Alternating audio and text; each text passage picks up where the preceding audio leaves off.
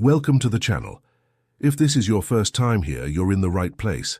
This story is about working under someone who never explains himself, someone who demands everything, gives nothing back, and makes you question your own worth. She'd spent 2 years hating her cold, impossible boss, Luca Bianchi. His demands were unreasonable, his standards impossible, and his rare smiles felt like winter frost.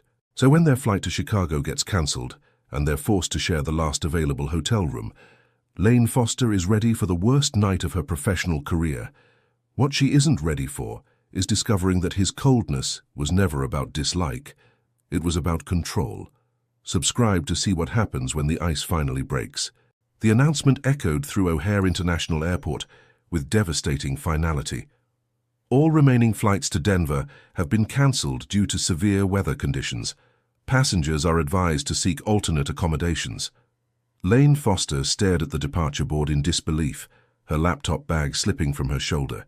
After 2 years of working under Luca Bianchi, she'd thought she'd experienced every possible form of professional torture. Apparently she'd been wrong. "This is unacceptable," came the familiar cold voice from behind her, each word clipped with the precision that had made her dread Monday morning meetings for the past 24 months. Lane turned to face her boss, suppressing the urge to roll her eyes. Luca stood with his phone pressed to his ear, his free hand gesturing sharply as he spoke in rapid Italian to whoever was unfortunate enough to be on the receiving end. Even in crisis mode, he looked impossibly put together, his charcoal suit unwrinkled, despite their early morning departure from Boston, his dark hair styled with military precision. "No," he continued into the phone, switching back to English. "I don't care what it costs. Find another flight." His voice carried that edge of authority that made seasoned CEOs nervous. But apparently weather systems were immune to intimidation tactics. Lane pulled out her own phone, already knowing what she'd find. Every hotel booking site showed the same message: no available rooms within 50 miles of Chicago. 2 years ago, when she'd first started working for Bianchi International Trading, she'd been excited about the opportunity. The company handled luxury imports from Europe: art, wine, furniture, items that spoke of sophistication and old-world elegance. She'd thought working for an Italian businessman would be like something out of a romantic movie. She'd been catastrophically wrong. Luca Bianchi was cold, demanding, and utterly impossible to please. His standards were perfection, multiplied by infinity. His patience non-existent, and his rare moments of approval felt more like criticism than praise. In 2 years, she could count on one hand the number of times he'd smiled at her, and even those had felt more like calculated business gestures than genuine warmth.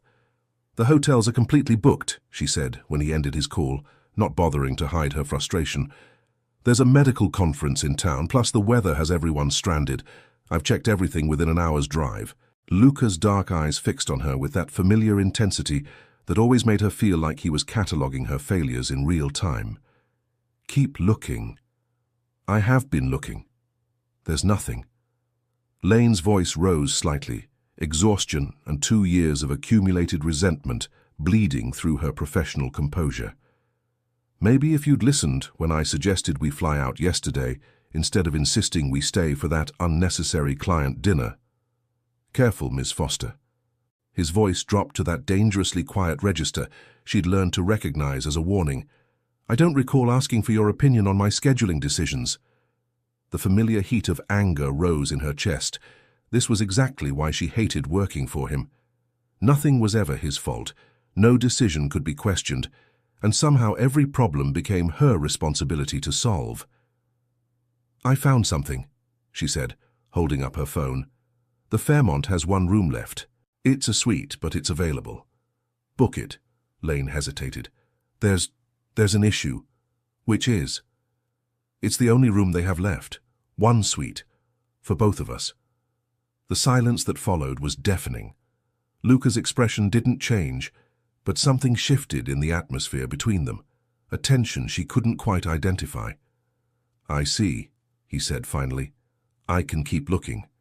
Maybe something will open up." "Book the room, Ms. Foster." "But we're both adults. We both need somewhere to stay. Book the room." The way he said it, so matter-of-fact and businesslike, made her feel foolish for hesitating. Of course he wasn't concerned about propriety. To him, she was probably just another piece of office equipment, functional, replaceable, and entirely sexless. The thought stung more than she cared to admit. 30 minutes later, they stood in the marble lobby of the Fairmont Chicago, watching bellhops handle their luggage with the kind of reverent care reserved for expensive things. Everything about the hotel screamed old money and quiet luxury, exactly the kind of place Luca would choose, even in an emergency. "Mr. Bianchi," the desk clerk said with the kind of deference that made Lane wonder exactly how much influence her boss wielded in places like this. "We have the penthouse suite ready for you. I do apologize for the unusual circumstances." "It's fine," Luca replied, accepting the key cards. "Send dinner to the room at 8. Something light." He handed one key card to Lane without looking at her, then moved toward the elevator with the assumption she would follow. Which, of course, she did. Because that's what she'd been doing for 2 years. Following Luca Bianchi's orders, and pretending it didn't bother her that he treated her like an efficient but invisible assistant. The elevator ride to the top floor was silent, except for the soft jazz playing overhead.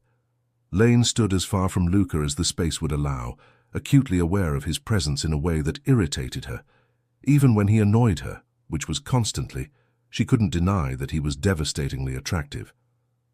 Tall, broad-shouldered, with those dark Italian eyes and that perfectly sculpted face that belonged on magazine covers rather than in corporate boardrooms. Not that his attractiveness mattered. Beautiful vipers were still venomous. The penthouse suite was exactly what she'd expected, elegant, spacious, and probably worth more per night than she made in a month. Floor-to-ceiling windows offered a stunning view of Chicago's skyline, and the living area was decorated in rich burgundy and gold tones that suggested European sophistication. What she hadn't expected was that there would be only one bedroom. "I'll take the couch," she said quickly, dropping her overnight bag near the entrance. "Don't be ridiculous." Luca moved past her toward the bedroom, not bothering to look back. "The bed is large enough for 2 adults to sleep without complications. We both have early meetings tomorrow, and neither of us can afford to be anything less than completely professional." Lane stared after him, torn between outrage and disbelief. Had he just suggested they share a bed with the same tone he used to discuss quarterly reports? "I'm not sleeping in the same bed as you," she said to his retreating figure. He paused in the bedroom doorway, turning to face her with that maddeningly calm expression that made her want to throw things. "Oh, you're being dramatic, Miss Foster. It's a bed, not a romantic proposition." His eyes held hers for a moment longer than necessary. "Unless you're concerned about your ability to maintain professional boundaries." The challenge in his voice was unmistakable, and it hit exactly the nerve he'd intended. Lane felt heat rise in her cheeks, whether from anger or embarrassment. She couldn't tell. "Fine," she said, lifting her chin. "If you can be professional about it, so can I." Something flickered in Luca's eyes. Surprise, maybe, or approval. "Good. Dinner will be here at 8. I suggest you use the time to review tomorrow's presentation." Then he disappeared into the bedroom, leaving Lane standing alone in the living room, wondering what she'd just agreed to, and why the thought of sharing a bed with her impossible boss was making her pulse race in ways that had nothing to do with anger. The afternoon passed in a haze of forced productivity. Lane set up her laptop at the suite's dining table and tried to focus on preparing for their meetings, but her attention kept drifting to the sounds coming from the bedroom. Luca's voice as he made phone calls, the sound of his shower running, the subtle movements that reminded her constantly of his presence. She'd changed into comfortable clothes, leggings and an oversized sweater that made her feel less exposed, and tried to pretend this was just another workday. But every time she caught a glimpse of Luca moving around the suite in casual clothes, her carefully maintained composure slipped a little further. Without his armor of expensive suits, he looked different, more approachable somehow. The dark jeans and fitted t-shirt revealed more of his athletic build, and his hair, slightly mussed from its usual precision, made him look younger, more human. She hated that she noticed. When room service arrived at exactly 8 o'clock, Lane was grateful for the distraction. The server wheeled in an elegant cart laden with dishes that looked more like art than food. Delicate pasta, perfectly prepared fish, wine that probably cost more than her monthly rent. "I didn't realize you'd ordered wine," she said, as Luca dismissed the server with a generous tip. "It's been a stressful day." He poured 2 glasses of what looked like excellent Chianti, offering her one. "I thought we could both use something to help us relax." Lane accepted the glass carefully, making sure their fingers didn't touch during the exchange. "I don't usually drink with... I try to keep work and personal separate." "This isn't exactly a typical work situation, is it?" Luca settled into the chair across from her, his movements fluid and confident. "Besides, we're stuck here together for the next 12 hours. We might as well try to make it bearable." There was something different about his tone, less commanding, more conversational, as if the forced intimacy of their situation had cracked his professional facade just slightly. "You know," Lane said, taking a sip of wine that was indeed excellent, "in 2 years of working together, I don't think we've ever had a conversation that lasted longer than 5 minutes. Perhaps because most conversations don't require more than 5 minutes to be effective. Or perhaps because you're not exactly what anyone would call chatty." Luca's lips curved into what might have been the beginning of a smile. "You think I'm cold?" It wasn't a question, and the directness of it caught Lane off guard. She'd expected him to ignore the observation or redirect the conversation back to business. "I think you're controlled," she said carefully, not wanting to start a fight that could make their night even more awkward. "Controlled," he repeated, swirling his wine thoughtfully. "That's diplomatic. What would you prefer I say?" "The truth." Lane studied his face, trying to read his expression. There was something almost vulnerable in the way he was looking at her, as if her opinion mattered in a way she'd never suspected. "Fine, you want the truth? I think you're cold because it's easier than letting people get close enough to matter. I think you set impossible standards because failure is less threatening than success. And I think you've convinced yourself that being alone at the top is preferable to having anyone around who might challenge you." The words tumbled out before she could stop them. 2 years of frustration and observation crystallizing into a psychological profile she had no business delivering to her boss. Luca was quiet for a long moment, his dark eyes fixed on her face with an intensity that made her squirm in her chair. "You've given this a lot of thought," he said finally. "It's hard not to, when you spend 40 hours a week trying to figure out what you want from me." "And what do you think I want from you, Lane?" The use of her first name sent an unexpected shiver through her. In 2 years, he'd never called her anything but Ms. Foster. The intimacy of hearing her name in his voice, with that slight Italian accent, was more affecting than it should have been. "Perfection," she said, "which, in case you hadn't noticed, is exhausting to attempt and impossible to achieve." "Is that why you hate working for me?" Lane blinked, surprised by the direct question. "I don't hate... You do. You've hated me since your 2nd week on the job. I can see it in your eyes every time you walk into my office." Heat flooded Lane's cheeks. Had she really been that transparent? "It's not hate," she said quietly. "Then what is it?" She took another sip of wine, buying time to formulate an answer that wouldn't get her fired or make their night even more complicated.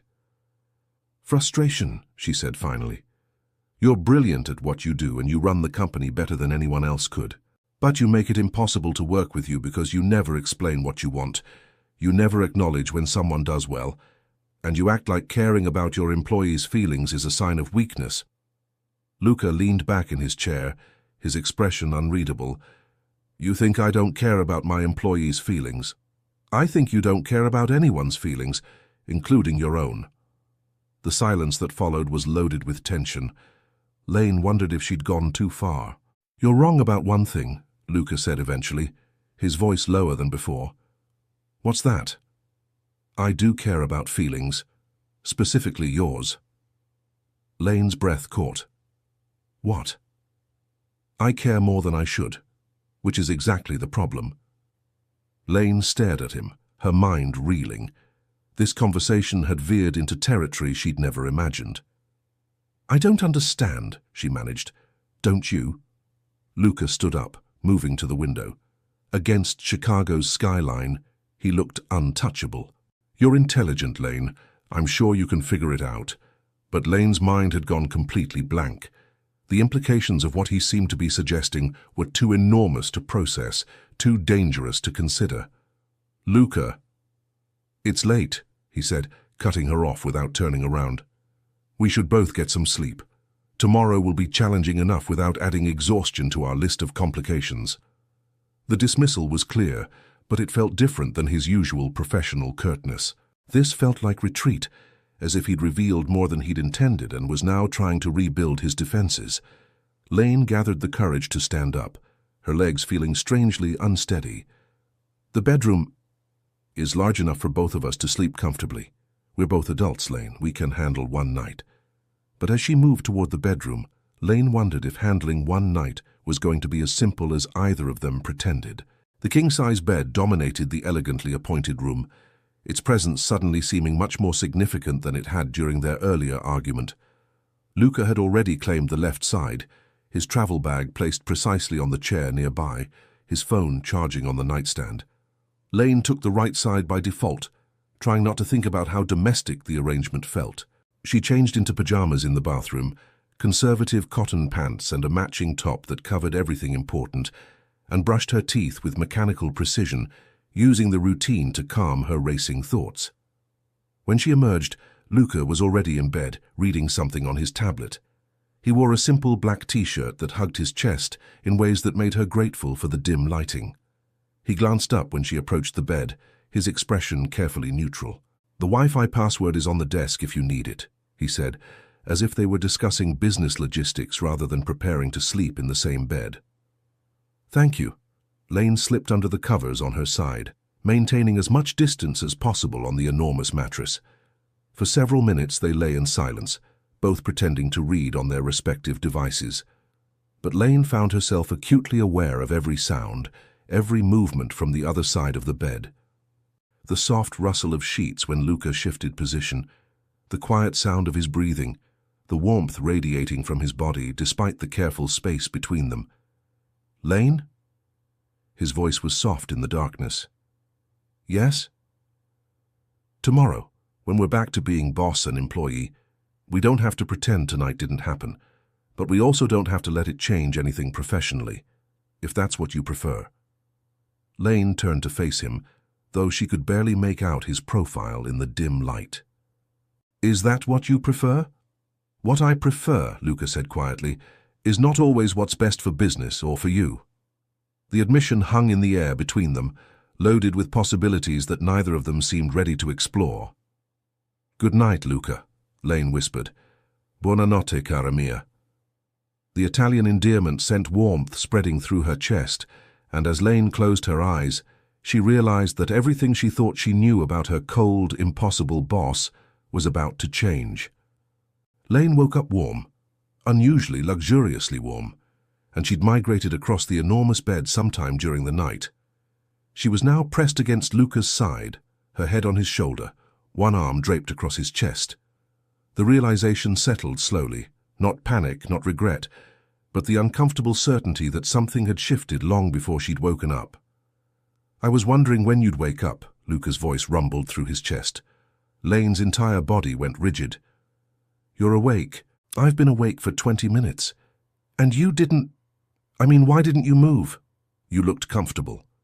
Lane finally summoned the willpower to lift her head and look at him, immediately regretting the decision.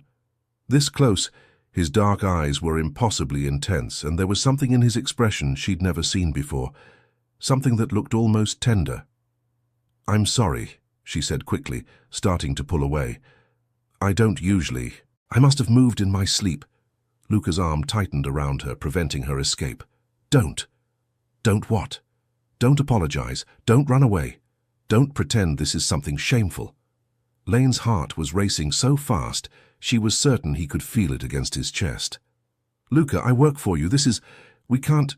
"Can't what?" His free hand came up to brush a strand of hair away from her face, the touch so gentle it made her breath catch. "Can't acknowledge that we're attracted to each other. Can't admit that the tension between us for the past 2 years has had nothing to do with work and everything to do with this." "You're my boss," she whispered. But even as she said it, The protest sounded weak. I am. And you're my employee. And right now neither of those things matters as much as this. Before she could ask what this was, Luca's hand slid to the back of her neck, his thumb tracing the sensitive skin just below her ear. The touch sent shivers through her entire body, and she couldn't suppress the soft sound that escaped her throat. "Lane," he said, her name a question and a plea all at once. She knew she should say no, should establish boundaries, maintain professionalism, think about the consequences of whatever was happening between them. But 2 years of fighting her attraction to him, 2 years of telling herself he was cold and impossible and completely wrong for her, crumbled under the intensity of his gaze and the warmth of his touch. Instead of pulling away, she leaned closer. Luca's response was immediate and devastating. His mouth found hers with a hunger that spoke of 2 years of restraint finally breaking, and Lane discovered that everything she'd thought she knew about kissing had been preparation for this moment. He kissed her like she was something precious and dangerous all at once, with a control that was somehow more erotic than aggression would have been. His lips moved against hers with practiced expertise, coaxing and demanding until she was melting against him, her hands fisting in his t-shirt to pull him closer. His hand passed over her mouth, quieting every thought she had, before his mouth replaced it. The low sound of approval he made sent heat pooling low in her belly. This was Luca Bianchi, her cold, impossible boss, making sounds of pleasure because of her, holding her like she was something he'd been waiting for without realizing it. "Cara mia," he murmured against her lips, the Italian endearment more affecting than any English words could have been. "Do you have any idea what you do to me?" Lane could barely think, let alone speak. Every nerve ending in her body was focused on the places where they touched, the heat building between them, with dangerous intensity. "Luca," she managed, not sure what she wanted to say.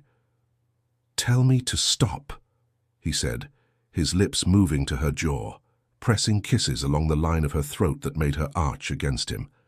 "Tell me this is a mistake and I'll stop right now." Lane opened her mouth to do exactly that, to salvage what remained of their professional relationship and her sanity. But instead of words, all that emerged was a soft moan as he found the sensitive spot just below her ear. "I can't," she whispered, and wasn't sure if she meant she couldn't tell him to stop or couldn't continue, only that this moment felt inevitable in a way that terrified and thrilled her. Luca pulled back to look at her, his dark eyes searching her face. "Can't what, dolcezza?" The new endearment made her pulse race even faster. "I can't tell you to stop. I should, but I can't." Something shifted in his expression, a satisfaction that was purely male. "Good, because I've been thinking about this for 2 years, and I'm not sure I could stop even if you asked me to." The admission sent shockwaves through Lane's system. 2 years? Since your second week, since you walked into my office to argue about the Morrison account and I realized you were the most beautiful woman I'd ever seen, and also the most dangerous. Dangerous! For my peace of mind, for my focus, for every rule I've made about keeping business and pleasure separate. His hand traced down her side, settling on her hip with possessive warmth. "You've been driving me insane, Lane. Every time you walk into my office with that professional smile and those eyes that see right through me. Every time you challenge me or stand up to me or do that thing where you bite your lip when you're concentrating." Lane stared at him in amazement. "You noticed when I bite my lip. I notice everything about you. The way you take your coffee, how you tap your pen when you're thinking, the fact that you wear that blue dress on days when you're feeling particularly confident because you know it brings out your eyes." His thumb traced along her lower lip, making her shiver. "I notice everything, and it's been torture. Why didn't you say anything?" "Because I'm your boss. Because I employ 300 people, and I can't afford to be seen as someone who pursues his employees. Because I convinced myself that what I felt was just physical attraction that would fade if I ignored it." His lips curved into a rueful smile. "I was wrong about that last part." Lane's mind was reeling, trying to reconcile this revelation with everything she'd believed about their relationship. "I thought you hated me." "Hate you?" Luca's laugh was rough, almost pained. Kara, I've been so careful around you, so controlled, because the alternative was grabbing you and kissing you senseless in the middle of board meetings. You've been cold because you were attracted to me? I've been cold because I've been fighting every instinct I have where you're concerned. Do you know how many times I've wanted to cancel meetings just so I could keep you in my office longer? How many times I've had to rewrite emails to you because my first drafts were completely inappropriate? Lane thought about all the times she'd interpreted his behavior as dislike, all the moments when she'd felt like she was failing some test she didn't understand. I had no idea. You weren't supposed to. I'm very good at control, Lane. It served me well in business. His hand slid along her jaw, thumb brushing across her cheekbone. But around you, that control has been challenging to maintain. Is that why you're always so demanding? So critical? I'm demanding because I know how brilliant you are, and I refuse to let you settle for anything less than excellence. I'm critical because... He paused, seeming to weigh his words. Because when you succeed, when you exceed even your own expectations, the look of satisfaction on your face is the most beautiful thing I've ever seen. And I'm selfish enough to want to be the reason for that look, even if you hate me for pushing you to achieve it. Lane felt something fundamental shift inside her chest, a reframing of every interaction they'd had over the past 2 years. You've been pushing me because you care about me. I've been pushing you because you're capable of things you don't even realize yet, because you're wasted in most other companies, and because... He hesitated, then seemed to decide on honesty. Because keeping you challenged and engaged was the only way I could justify keeping you close without crossing lines I shouldn't cross. And now? Now we're in a hotel room in Chicago and you're in my arms looking at me like maybe you don't hate me quite as much as I thought, and I'm finding it very difficult to remember why those lines mattered. Lane studied his face, seeing him clearly for perhaps the first time. The control she'd mistaken for coldness, the distance she'd interpreted as dislike, the impossible standards that had actually been his way of investing in her success. I never hated you, she said quietly. No? I hated that I was attracted to you when I thought you barely tolerated me. I hated that I looked forward to our meetings, even when I knew you'd probably find fault with my work. I hated that I cared what you thought of me when you seemed determined to keep me at arm's length. Luca's eyes darkened. You were attracted to me? God, yes.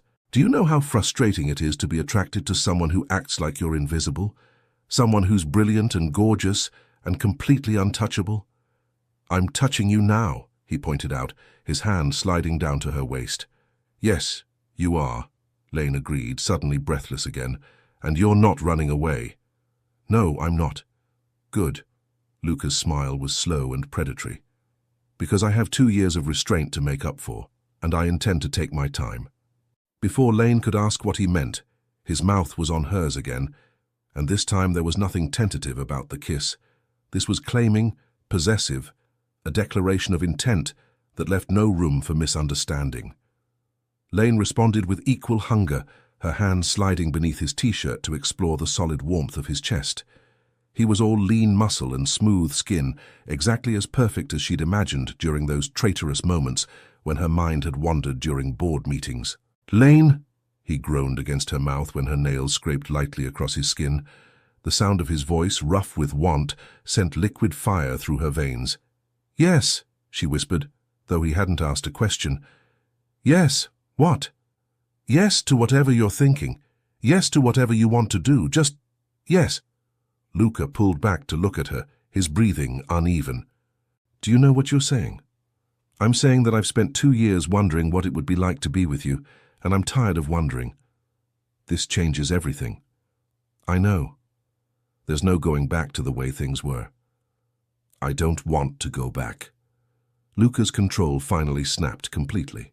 The shift was immediate and devastating, and looking down at her, his dark hair falling across his forehead and his eyes blazing with intensity, he looked like every fantasy she'd never allowed herself to fully acknowledge. Are you sure about this? He asked, even as his body told her exactly how much he wanted her answer to be yes. Lane reached up to trace the line of his jaw, marveling at the fact that she was finally allowed to touch him like this. I've never been more sure of anything in my life. Ben, he murmured, leaning down to kiss her throat. Because I intend to show you exactly what you mean to me. The quiet aftermath felt heavier than anything that had come before, because it couldn't be undone. Lane lay curled against Luca's side, the weight of what had changed between them settling around them like a new reality they'd have to learn to navigate. "What are you thinking?" he asked, his voice rumbling through his chest where her head rested. "I'm thinking that I may need to completely revise my opinion of you," Lane admitted. "In a good way, I hope." "In a very good way." She tilted her head to look at him. "I'm also thinking that this complicates our working relationship considerably." Luca was quiet for a moment, his hand stroking her hair with gentle repetition. "It doesn't have to, doesn't it? How do we go back to professional meetings and performance reviews after this? We don't go back. We go forward. Differently."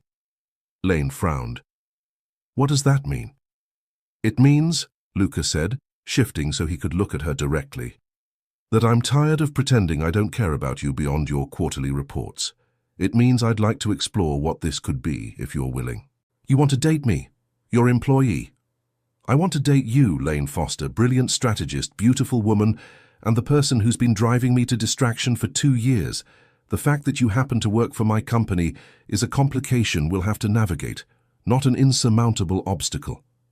Lane felt her heart rate pick up again. "And if it doesn't work out? If we try this and it goes badly? Then we handle it like adults." "But Lane..." He cupped her face in his hands, his expression serious. "I don't think it's going to go badly. I think this is going to be the best decision either of us has ever made." Looking into his eyes, seeing the certainty there, Lane felt the last of her resistance crumble. "What about the company policies? The potential for gossip? I own the company. I make the policies. And as for gossip..." Luca's smile was wickedly confident. "Let them talk. I've waited 2 years to have you, cara mia. I'm not letting company politics dictate my personal life. You've really wanted me for 2 years.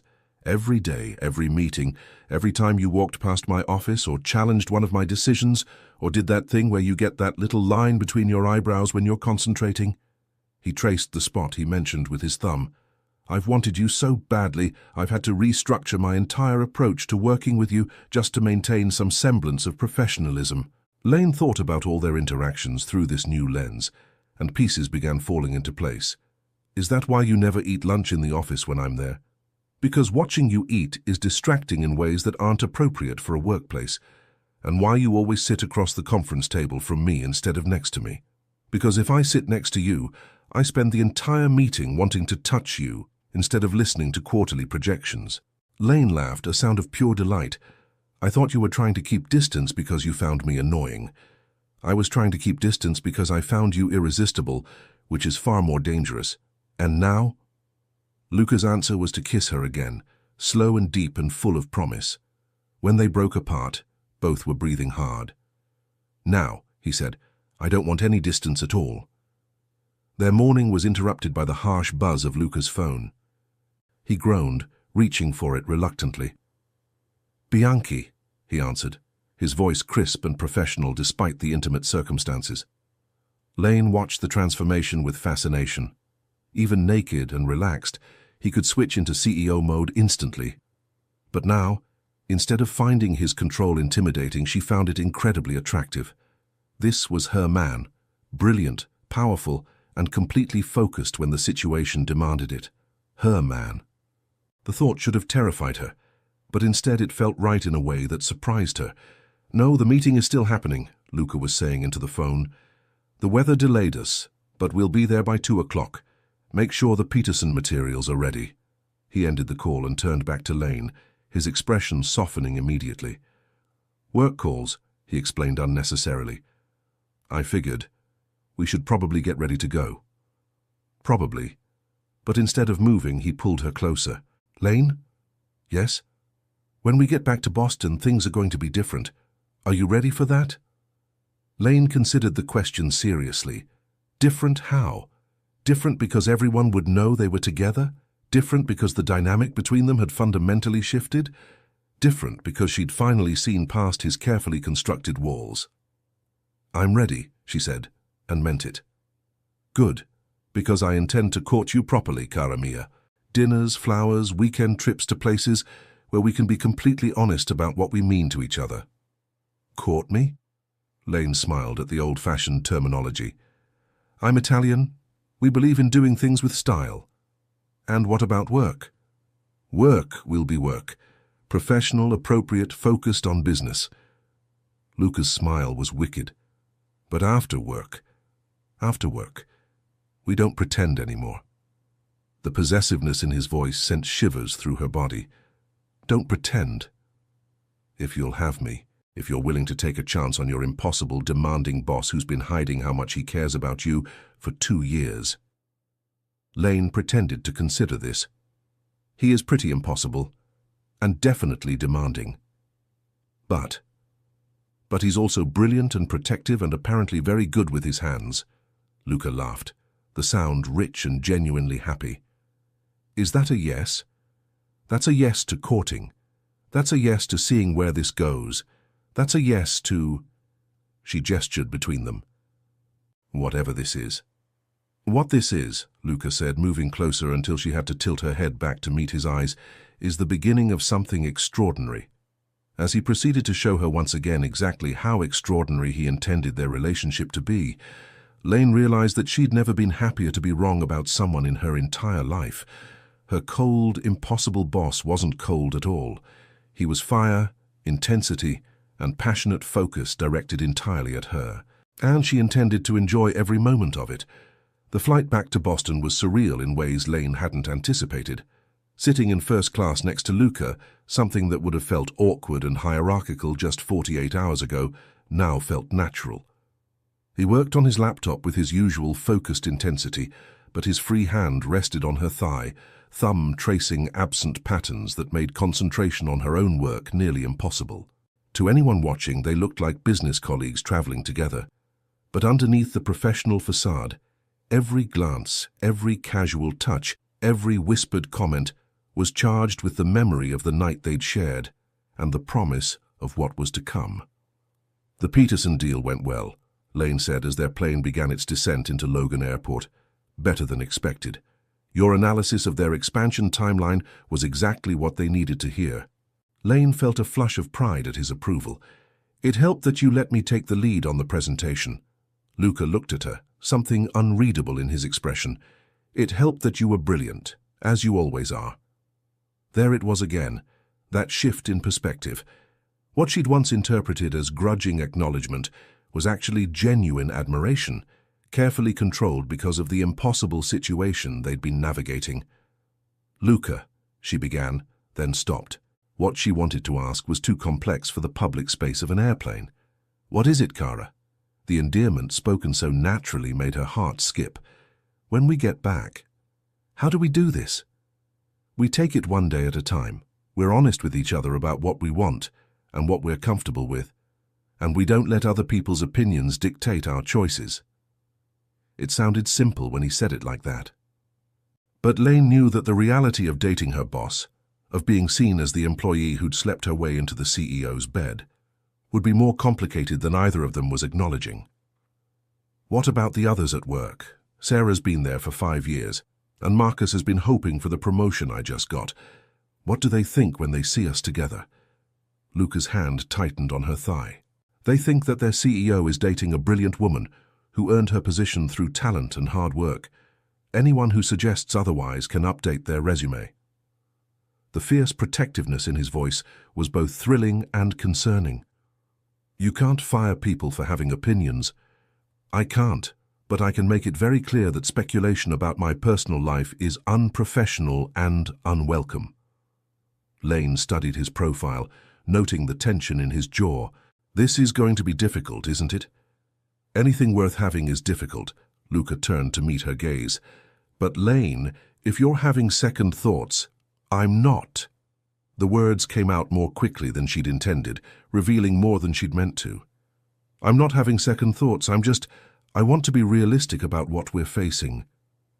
What we're facing, Luca said quietly, is the same challenge every couple faces when they work together. We'll navigate it. Couple. The word sent a thrill through her that she tried to suppress. It was too early for such definitive terms, too soon to start thinking about them as a unit rather than two individuals exploring an attraction. But as their plane touched down in Boston, Lane realized that ship had already sailed. Something fundamental had shifted between them in Chicago. They were no longer boss and employee who happened to be attracted to each other. They were something far more dangerous. The first test came Monday morning. Lane arrived at the office at her usual time, having spent the weekend overthinking every possible scenario for how their first day back would unfold. She'd chosen her outfit carefully, professional but not severe, attractive but not obviously seductive. The kind of outfit that said she was taking her job seriously while also acknowledging that things had changed. She was reviewing emails when Sarah knocked on her office door. "How was Chicago?" Sarah asked, settling into the chair across from Lane's desk with the casual familiarity of a long-time colleague. "Productive. The Peterson deal went through, and we identified 2 new potential partnerships." "That's great. I heard your flight got cancelled. What a nightmare that must have been, stuck in Chicago with Mr. Bianchi." Lane kept her expression carefully neutral. "It worked out fine. We managed to stay productive despite the delay." Sarah's eyes sharpened slightly. "I heard you had to share a hotel room. That must have been awkward." The fishing expedition was obvious, and Lane felt her first flicker of irritation. "It was a sweet, very professional." "Of course." Sarah's smile was just a little too bright. "I'm sure it was." After Sarah left, Lane realized that this was only the beginning. The office rumor mill had apparently already begun speculating about what had happened in Chicago, and she was going to have to navigate those waters very carefully. Her intercom buzzed. "Ms. Foster, Mr. Bianchi would like to see you in his office." Lane's pulse quickened, though she kept her voice steady. "I'll be right there." Walking through the office toward Luca's corner suite, Lane was acutely aware of every glance, every pause in conversation as she passed. Were people actually watching her more closely, or was she just paranoid? Luca's assistant waved her through to his office, where she found him standing at the floor-to-ceiling windows that offered a commanding view of Boston Harbor. He turned when she entered, his expression professional but his eyes warm. "Close the door, please." Lane complied, then moved to stand in front of his desk. The space between them felt charged with electricity, memory, and possibility. "How are you settling back in?" Luca asked. "Fine. Sarah stopped by to ask about Chicago." Something flickered in Luca's eyes. "What did you tell her?" "That it was productive and professional." "Good." Luca moved around his desk, stopping just close enough that she could smell his cologne. "Lane, I want you to know that nothing about your professional standing has changed.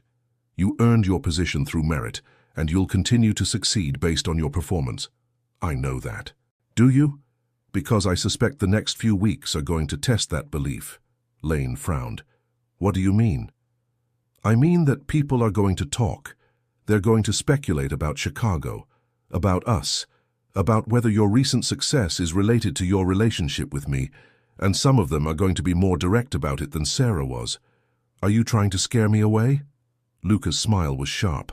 "I'm trying to prepare you, because when someone inevitably suggests that you're sleeping your way to the top, I want you to be ready with a response that doesn't require me to intervene."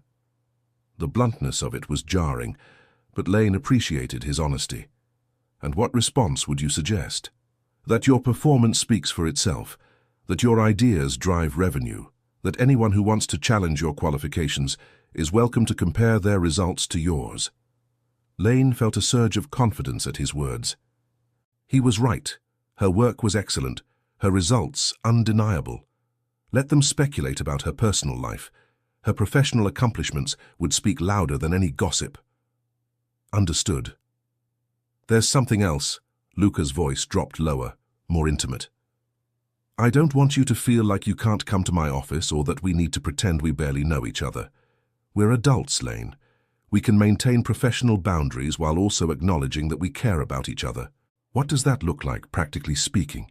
It looks like me asking if you want to have dinner tonight, and you saying yes or no based on what you want, not what you think people will think." Lane's heart raced. "And if I say yes?" Then I pick you up at 8, and we go somewhere nice and we enjoy each other's company without worrying about who might see us." The confidence in his voice was intoxicating, but Lane hesitated. "Isn't that moving pretty fast? Public dinners, being seen together?" Luca stepped closer, close enough that she had to tilt her head back to meet his eyes. "Cara mia, I've waited 2 years for the chance to take you to dinner. I'm not interested in moving slowly. People will definitely talk if they see us together outside of work. Let them talk. I'm proud to be with you, Lane. I'm not going to hide that." The intensity of his gaze, the certainty in his voice made her feel reckless and brave and completely out of her depth all at once.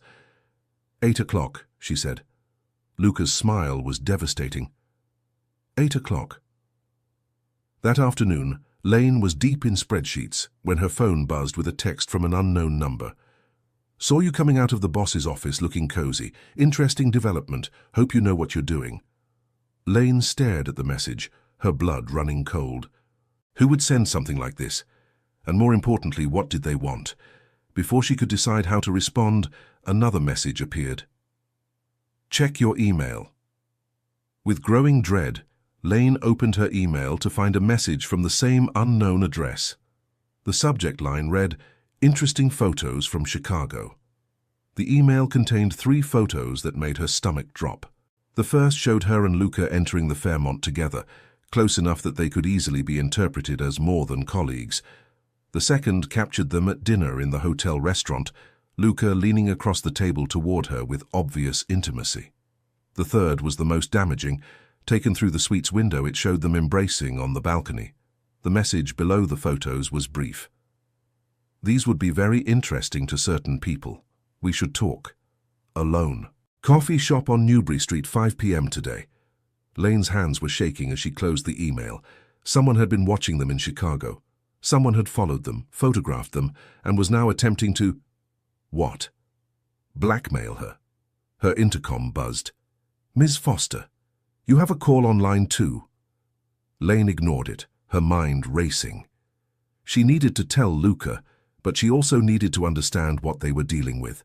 If someone was trying to blackmail her, it meant they thought the photos were damaging enough to be worth something, which meant they probably were. At 4:45, Lane walked into the coffee shop on Newbury Street with her phone recording in her purse, and her nerves stretched to the breaking point. She spotted him immediately. Marcus Chen from the accounting department, sitting at a corner table with a laptop open in front of him. "Marcus." Lane sat down across from him, keeping her voice neutral despite the rage building in her chest. "I have to admit I'm surprised." "I thought you might be." Marcus closed his laptop, his expression unreadable. "Drink?" "I'm fine. What do you want?" "Straight to the point, I like that." Marcus leaned back in his chair. "I want the promotion you got. The one I should have gotten based on seniority and performance. So you followed us to Chicago and took compromising photos. I was in Chicago for my sister's wedding. Imagine my surprise when I saw you and our illustrious CEO looking very cozy at one of the city's most expensive hotels." Marcus's smile was unpleasant. "It got me thinking about your rapid rise in the company, your recent promotion, all those private meetings with Mr. Bianchi." Lane kept her expression carefully controlled, even as fury burned in her chest. "And what conclusions did you reach? That maybe your success has less to do with your business acumen and more to do with your other skills." The implication was disgusting and infuriating, but Lane forced herself to stay calm. "And you think these photos prove that?" "I think these photos raise questions that HR would find very interesting.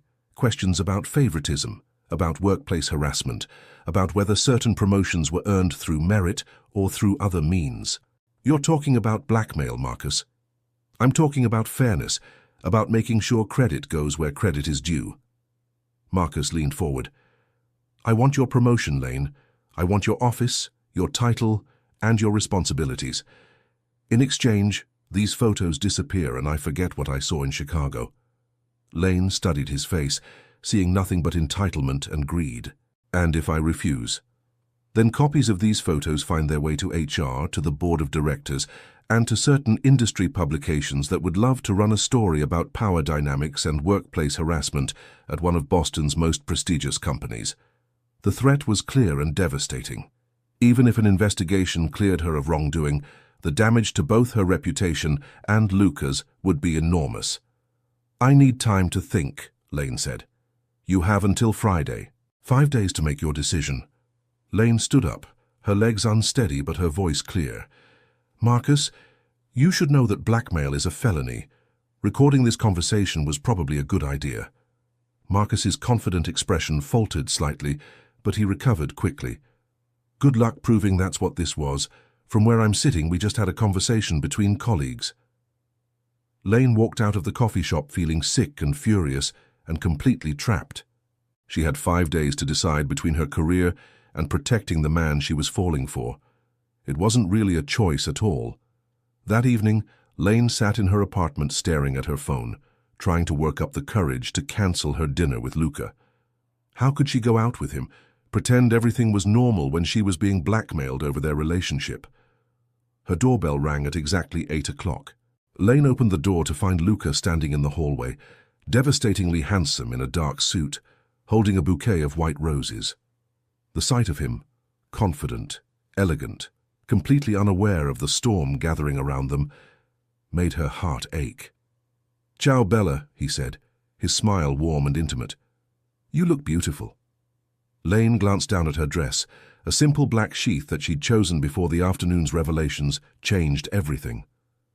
"Thank you." Luca studied her face, his expression shifting to concern. "What's wrong?" Lane considered lying, brushing off his concern, pretending everything was fine. But looking at him, she realized she couldn't do it. Whatever was happening between them, it was built on honesty. She couldn't start lying now. "We need to talk," she said. "Come in." Luca followed her into her apartment, setting the roses on her kitchen counter before turning to face her. "What happened?" Lane told him everything. The photos, the blackmail attempt, Marcus's threats about going to HR and the media. Luca listened without interruption, his expression growing darker with each detail.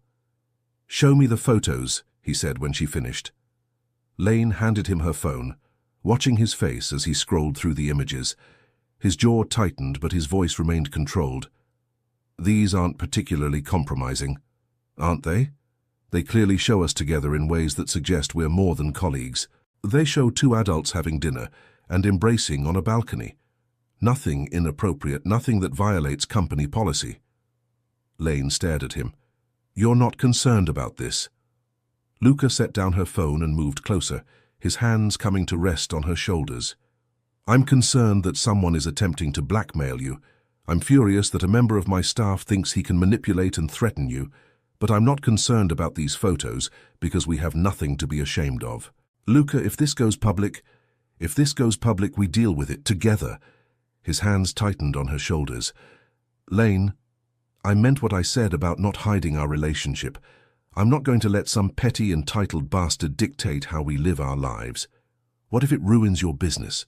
What if the board thinks I'm an excellent CEO who runs a profitable company?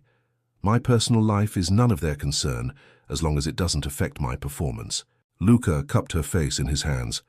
"And you, cara mia, make me better at everything I do, including running my company." Lane felt tears pricking at her eyes. "What do we do about Marcus? We call his bluff. We refuse to be blackmailed, and we let him make his move so we can destroy him properly. That's risky. Everything worth having involves risk." Luca's thumbs brushed across her cheekbones. "The question is whether you trust me enough to take this risk together."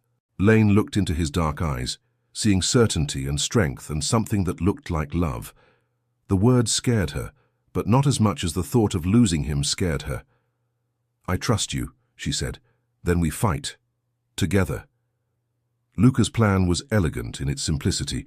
Rather than waiting for Marcus to make good on his threats, they would take control of the narrative. Luca would call an all-hands meeting, announce that he and Lane were dating, and make it clear that anyone who had issues with their personal choices was welcome to find employment elsewhere. "You want to announce it to the entire company?" Lane asked, pacing around her living room while Luca watched from the couch. "I want to remove Marcus's power over us. Blackmail only works if the victims are afraid of exposure. We take away that fear, and we take away his leverage. And if people think I slept my way to my promotion, then they're idiots who don't deserve to work for my company." Luca's voice was flat, final. "Lane, your performance reviews are impeccable. Your results speak for themselves. Anyone who questions your qualifications will have to explain why they think a relationship that started 3 days ago somehow influenced 2 years of exemplary work." When he put it like that, it sounded almost reasonable. Almost. "What about the board? Your investors? We'll be impressed that I'm dating someone smart enough to increase company profits by 15% in her first year." Luca stood up, moving to where she was pacing. "Kara, I know this is scary, but the alternative is letting Marcus destroy something beautiful before it has a chance to grow." Lane stopped pacing, looking up at him. "Is that what this is? Something beautiful? It's the most beautiful thing that's ever happened to me." The simple honesty of the statement took her breath away. "Luca, I love you, Lane." The words hung in the air between them, stunning and terrifying and absolutely right. "You love me? I've been falling in love with you for 2 years. Chicago just gave me permission to admit it." Luca's hands found her face again. "I love your intelligence, your stubbornness, the way you challenge me and make me better. I love that you're not afraid of me, that you see through my control to whatever's underneath. I love you, and I'm not going to let anyone make me ashamed of that." Lane felt something break open in her chest, some wall she'd been maintaining without realizing it. "I love you too," she whispered. Luca's smile was radiant. "Then we have everything we need to handle whatever comes next."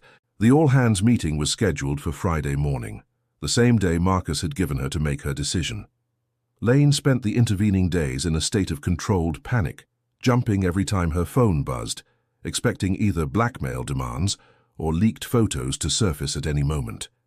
Instead, Marcus seemed to be waiting, confident that she would cave to his demands.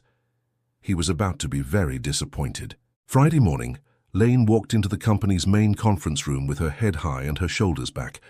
She'd chosen her outfit carefully, a navy suit that projected authority and competence, the kind of outfit that reminded everyone she was excellent at her job regardless of who she was sleeping with. Luca was already there, standing at the front of the room in a perfectly tailored black suit, looking every inch the powerful CEO. When he saw her, his expression softened just slightly, a private smile that was gone before anyone else could notice it. The room filled quickly. Lane spotted Marcus near the back, his expression smug and expectant. He clearly thought she was about to announce her resignation. "Thank you all for coming," Luca began, his voice carrying easily through the room. "I have a few announcements to make, and I wanted to address them with the entire team at once." Lane's pulse hammered as Luca continued with routine business updates, new clients, quarterly results, upcoming projects. Then his tone shifted slightly, becoming more personal. "I also want to address something of a more personal nature. As you all know, workplace relationships can create complications, which is why it's important to be transparent about them when they occur." The room went very quiet. "Lane Foster and I have begun a personal relationship outside of work. This relationship in no way affects Lane's position within the company, which she has earned through exceptional performance." Lane could hear the rustle of movement as people turned to look at her, but she kept her eyes on Luca. "Lane Foster is one of the most talented minds I've ever worked with. Anyone who suggests otherwise is free to compare their performance metrics to hers." Marcus had gone very pale. Furthermore, personal speculation about any employee's relationships is not appropriate workplace behavior. The warning was unmistakable. "Are there any questions about company policy or professional expectations?" Luca asked. Silence. "Excellent. That concludes our meeting. Thank you all for your attention." As people began filing out, Lane noticed Marcus pushing through the crowd, his face flushed with anger and humiliation. He approached the front of the room where she and Luca stood.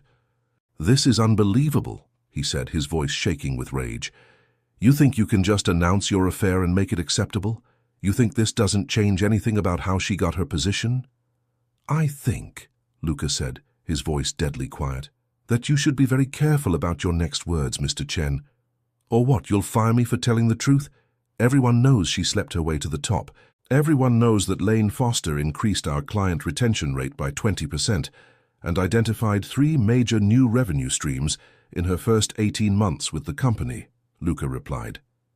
Everyone knows her strategic recommendations have generated over $2 million in additional revenue.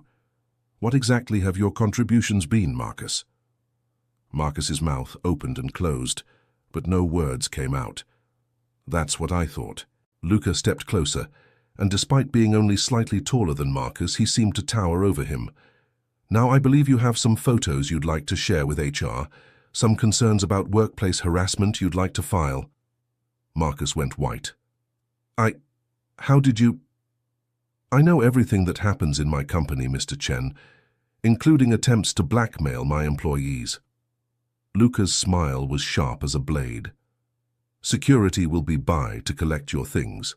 You have 30 minutes to clear out your office. You can't fire me for this. I can fire you for attempting to blackmail a colleague, for creating a hostile work environment, and for gross insubordination. Take your pick. Marcus looked around the room, perhaps hoping for support, but found only uncomfortable stares and averted eyes. His colleagues had heard his accusations, had seen his attempt to undermine Lane, and wanted no part of it. This isn't over, he said, but the threat sounded hollow. Yes, Luca said calmly. It is. After Marcus stormed out, the conference room emptied quickly, leaving Lane and Luca alone. That was, Lane began, then stopped, unsure how to finish the sentence. Necessary, overdue, and hopefully effective in preventing anyone else from making similar mistakes. Luca moved closer, close enough to touch her, but maintaining professional distance. How do you feel? Lane took inventory of her emotions. She felt exposed, certainly, nervous about how their announcement would be received by clients and industry contacts, but underneath it all she felt something she hadn't expected. Relief. I feel free, she said finally. For the first time in 2 years, I feel like I can be completely honest about how I feel about you. And how do you feel about me? Lane's smile was radiant. I feel like I'm falling in love with my brilliant, protective, slightly overbearing Italian boss. Slightly overbearing. Okay, very overbearing. But I love you anyway. Luca's professional composure finally cracked, and he pulled her into his arms, kissing her deeply despite the glass walls of the conference room and the possibility that people were watching. When they broke apart, both were breathing hard. So, what happens now? Lane asked. Now we go back to work. We let people adjust to the new reality. And tonight I take you to dinner somewhere very public and very expensive because I want the entire city to know that I'm dating the most amazing woman in Boston. And after dinner, Luca's smile was wicked. After dinner, cara mia, I show you exactly how much I appreciate your courage in facing down blackmailers and office gossips. I like that plan. Good. Because I intend to spend the rest of my life showing you how much I appreciate everything about you. As they walked out of the conference room together, Lane realized that everything had changed in the best possible way. She was no longer the employee who secretly loved her impossible boss. She was the woman who'd chosen love over safety, honesty over hiding, and partnership over protection, and she'd never felt more powerful in her life. Nothing had forced her to love Luca Bianchi. Nothing had forced her to fight for their relationship, or stand up to blackmail, or choose courage over fear. That was the most dangerous part, and the most beautiful. If you stayed until the end, you already understand her choice. Tell me, would you have taken the same risk for love?